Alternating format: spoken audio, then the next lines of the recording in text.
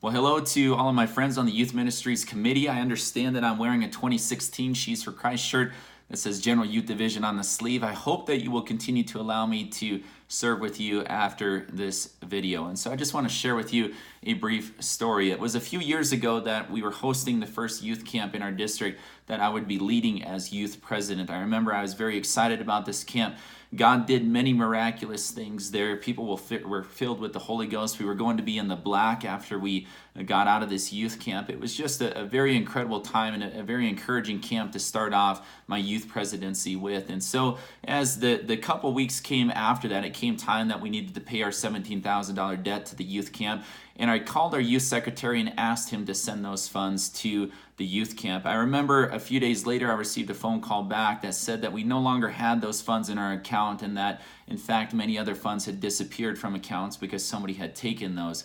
And I remember just being devastated, and I drove around our city that night. I was pouting, I was ready to throw in the towel, and I told God that I was done with this because of all the years that it would take to recuperate $17,000 in our district. That's a huge amount for us. And so after I got done pouting, God began to speak to me, and he asked me if he had placed me in this position, and he also asked me if I would have faith in him to take care of this matter. And so I told him that I would, and I repented for what I had said earlier.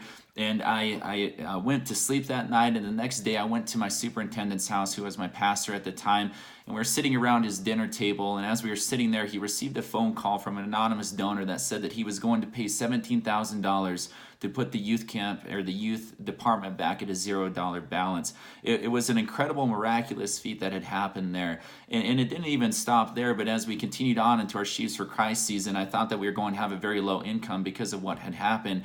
But at the same time, we received the highest She's for Christ offering that we had ever received while I was youth president inside of the district at that time. It was an amazing thing that God had been doing. So I say all that to say that God can perform the miraculous in She's for Christ or whatever we are doing, that if we invest in the treasures of his kingdom and the treasures of what he's going to do, then he absolutely will take care of us and invest in us as well. And so let God do the miraculous in your districts. Let him do the miraculous in your She's for Christ offering. And I look forward to seeing you all at Youth Congress here in a few weeks.